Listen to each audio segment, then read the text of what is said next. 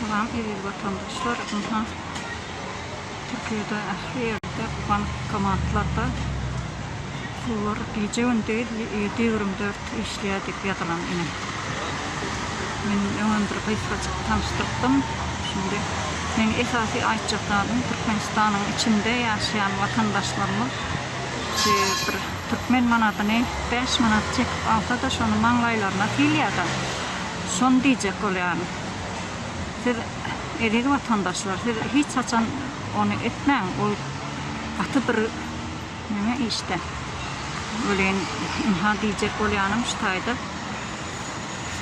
Bankomatlardan euro gerekmi, dolar gerekmi, haysi pul birligi olsun şutaydan giyeceğini alıp olya, hem uğratıp olya.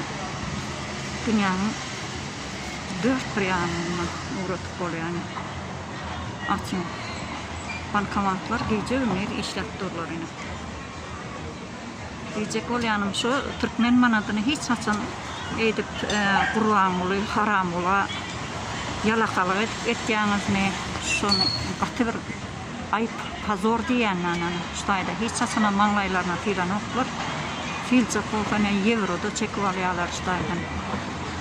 Dollaryň İslendik wagtyna kartlarynyň pullaryny çekip alyp bilýärler adamlar. Şular filan oklar maňlaýyna näçik bir edýät şonu. Türkmenistanyň içinde şey diýerler. O da yalakalygyň bir görnüşi. Sede haram bol öz jibisinden soğuğa tökmünne beren oňa onu. Sizin öz zähmet hakyňyz o. Näçin şonu söýdilýär? Görün adamlar. Gece günlük işlettir bankomatlar.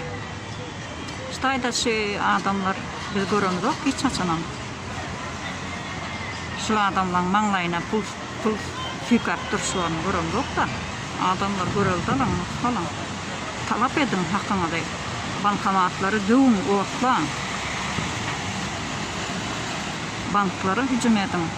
Edip maňlaýyňyza pulu sükap durmagyňdan. Ana.